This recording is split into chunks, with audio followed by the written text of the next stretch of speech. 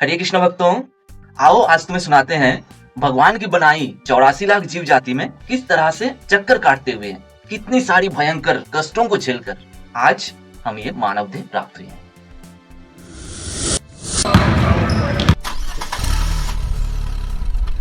पिछले 80 लाख जन्मों तक निम्न प्रजाति के जीव देह में भगवान ने हमें विकसित बुद्धि ना देने के कारण उन सारी देह में सिर्फ एक ही बुद्धि होती थी, बस जीवन को बचाए रखना, टिकाए रखना।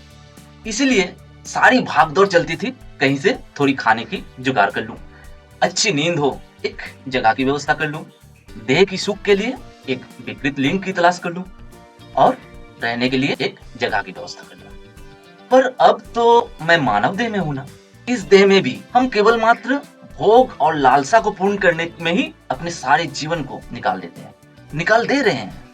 और अच्छे खाने की व्यवस्था कर लूं, अच्छी निद्रा की जगह की आयोजन, अच्छी रहने की व्यवस्था और मोस्ट इंपॉर्टेंट संभोग, बस इसी में जिए जा रहे हैं। पर इन्हीं चारों प्रक्रिया में तो एक पक्षी भी जिए जा रहे हैं, एक सांप भी, एक शेर भी और एक बहुत ही घटिया सा पिल्लू भी। इतनी सारी बातें सुनने के बाद क्या आपको नहीं लग रहा है कि मानव देह का उपयोग क्या हम सही से कर रहे हैं? भगवान भी सोचते होंगे ना, बेमतलब का इन्हें इतनी हाई क्वालिटी वाली ब्रेन दे दी। मित्रों, पिछले सभी जीव जाति में उनके किसी भी कर्म पर कोई कर्मफल नहीं बनती, चाहे वो भले हो या बुरे हो। एक शेर जीवन भर कितने तरह के जीवों की हत्या करती है, पर उनपे कोई पाप लागू नहीं होगी। उन्हें जरूरत हो एक खाने की, पर वो 4 को मार गिरा के नष्ट किए, पर उनकी कोई अपराध गिनती नहीं होगी। कारण उनकी बुद्धि नहीं होती कि मुझे बेमतलब की नष्ट नहीं करनी चाहिए। उनको शेर देह मिला ही है पूर्व जन्म के पाप के कर्मफल को भोगने हेतु। एक सांप बिना कारण किसी को डंक मार दे, उन पे कोई अपराध नहीं होगी। वो डंक तभी मारता है जब उसे अपने जीवन की खतरा महसूस हो, उसे असुरक्षित महसूस हो। भले ही आपने जानबूझकर उनकी कोई हानि नहीं की, पर उनकी सोचने की बुद्धि की सीमा तो वहीं तक है। इसीलिए निम्न प्रजाति के जीव में कोई पाप या पुण्य की हिसाब नहीं होती। पर हमारे पास उन 80 लाखों से बहुत बहुत बेहतर एक सुपर ऑपरेटेड ब्रेन दी गई। इसीलिए यहाँ कोई एक्सक्यूज नहीं चलेगी, कोई झूठी गवाह नहीं चलेगी। हर एक छोटे छोटे कर्म की हिसाब तुरंत लिख ली जाती है।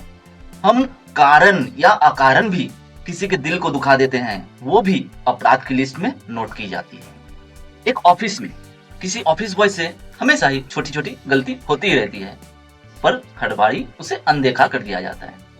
पर उस ऑफिस की कोई हाई रैंक्ड ऑफिसर या मैनेजर से छोटी सी भी गलती हो जाए तो वो बड़ी अपराध हो जाती है। एक सांप या शेर अपने जीवन समाप्त के बाद किसी जन्म में अवश्य ही एक मानव देह प्राप्त होंगे, जैसे आज हम मनुष्य बने। पर एक मनुष्य जीवन पर्याप्त जैसे जैसे कर्मफल जमा किए, मृत्यु के समय उनकी बुद्धि की स्तर जहाँ पे होगी, सोचने की लेवल जिस स्तर पर होगी, उस तरह के ही जीव देह उन्हें दिए जाएंगे। आओ अब जरा जान भी लेते हैं इन 84 लाखों को। आप अपने आसपास देखो, कितने तरह तरह के वृक्ष दिखते हैं ना। भगवान की बनाई ऐसी 20 लाख प्रजाति के वृक्ष होते हैं। मुक्ति कब मिलती है? वृक्ष योनि से मुक्ति तब मिलती है जब तुलसी वृक्ष होने का मौका मिलता है, भगवान की सेवा में नियुक्त होने के कारण। इसके बाद 9 लाख बार पानी में जन्म होता है, मछली, केकड़ा, झींगा आदि के रूप में। मुक्ति तब मिलती है जब शंख होके भगवान की सेवा में उपयोग होते हैं। फिर 11 लाख बार कीड़े मकोड़े होना पड़ता है। मुक्ति तब मिलती है जब मधुमक्खी बनकर बूंद बूंद शहद अपने छत्ते में जमा करते हैं, क्योंकि वो शहद भगवान की सेवा में उपयोग होते हैं। फिर बारी आती है 10 लाख बार अंडे से जन्म होने वाली जीवों में। कितनी तरह के रेंगने वाले जीव, कितनी तरह की पक्षियां बनते रहे। मुक्ति तब मिलती है जब मोर बनने का मौका मिलता है, क्योंकि मेरी पंख भगवान की चूड़ा में उपयोग होते हैं। 30 लाख बार पशु योनि में जन्म लेना पड़ता है, शेर, चीता, बकरी, बिल्ली आदि के रूप में। जब गाय बनकर मेरी दूध भगवान की भोग में लगने लगे, तब जाके इस पशु योनि से मुक्ति मिलती है। अब जाके मनुष्य देह मिलता है। पर भगवान ने मनुष्य को भी 4 लाख प्रकार के बनाए हैं। बाहर से सब एक जैसे दिखते हैं, पर शास्त्र अनुसार बुद्धि की स्तर, सोचने की स्तर हृदय की निर्मलता, विवेक, इन सब के आधार पर 4 लाख प्रकार के मनुष्य होते हैं। पर आप सिर्फ इतना ही सोचो कि कितना लंबा प्रोसीड्यूर फॉलो करने के बाद आज हम मनुष्य बने। पर इस जन्म में भी एक पशु पक्षी की तरह ही सोच विचार के साथ अपने जीवन को समाप्त की ओर लिए जा रहे हैं। अति दुर्लभ ये मानव जीवन को क्या हम व्यर्थ में नहीं गवा रहे हैं? क्या आप फिर से बैक किसी योनि में, यानी पशु या कीड़े मकोड़े में जाने की तैयारी कर रहे हैं? बंधुओं, ऊपर जाने की सीढ़ी बनाओ, पीछे जाने वाली कर्म क्यों? इसीलिए संसार के बाकी सब भी करो, पर जीवन में अवश्य ही सत्संग भी किया करो। सत्संग सुनो। एक पशु शास्त्र नहीं पढ़ सकते, पर आप पढ़ सकते हो। कथा अवश्य ही सुना करो। शास्त्र से छोटे छोटे कर्म के कर्मफल कैसे बनते हैं, इसे बारीकी से समझो। जीवन को कैसे व्यतीत करना है, शास्त्र से सीखो। मृत्यु एक दिन सभी को आएंगे, आपको ही।